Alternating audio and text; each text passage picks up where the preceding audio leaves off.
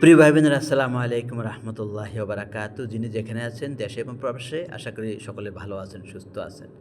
আসলে ভাই, আমার এখনকার আলোচনার হেডলাইন হচ্ছে, এক হাতে কখনো তালি বাজে না, এক হাতে কখনো তালি বাজে না। এই যে গতকালকে আমি একটা ভিডিও করেছিলাম বাংলাদেশ সেনাবাহিনী বা আইনশৃঙ্খলা বাহিনীকে নিয়ে। তারা যেন অসৎ লোকদেরকে নির্বাচন না করে, তারা যেন কোনো জালিম শাসকের সহযোগী না হয়। কিন্তু আমাদের আমলা যারা আছে, যারা প্রশাসনে আছে, তারাও কিন্তু জালিম শাসকের সহযোগিতা করতেছে।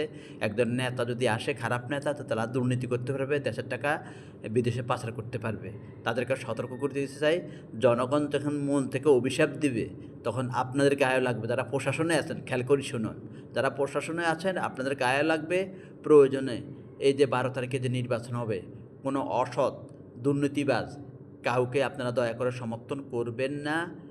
আর এই যে অনেকের যারা ইসলামপন্থী, অনেকের, হ্যাঁ, অনেক অন্য দলেরও আছে, বিনা কারণে আপনাদের নমিনি বাতিল করছেন। এটা কি আপনারা অন্যায় করছেন না?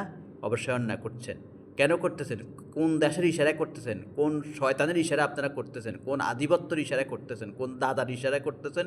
ভালো হয়ে যান, ভালো হতে পয়সা লাগান। যারা প্রশাসনে আছেন, শুধু একা আইনশৃঙ্খলা বাহিনীর দোষ না, শুধু কোনো একা আইনশৃঙ্খলা বাহিনীর দোষ না, আপনাদেরও দোষ আছে। এই 54 বছর আপনারা জনগণকে অনেক কষ্ট দিয়েছেন, যারা আমলা আছেন। আপনাদের কারণে আজকে আমাদের সাবেক প্রধানমন্ত্রী শেখ হাসিনার এই দুর্গতি। আমাদের সাবেক প্রধানমন্ত্রী শেখ হাসিনার এই দুর্গতি, তাকে যদি সঠিক পথে চালাইতেন, তাহলে আজকে এগুলা হতো না।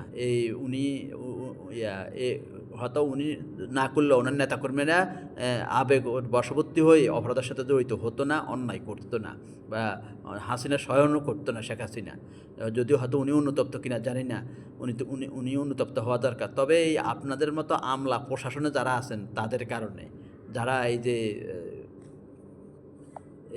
যারা বর্তমানে কিন্তু এখন এই যে প্রিজাইডিং অফিসার হিসেবে কাজ করতেছেন, যারা এই যে নমিনি যাচাই বাছাই করতেছেন, দয়া করে ভালো হয়ে যান। কাউকে হয়রানি করবেন না। যিনি সৎযোগ্য তাকে নমিনি দিবেন, জনগণের কোনো ক্ষতি না হয়। এমন খারাপ নেতা আসলে জালিমের সহযোগী হবেন না। যারা আমলা আছেন, জালিমের সহযোগী হবেন না। আসসালামু আলাইকুম রহমতুল্লাহ।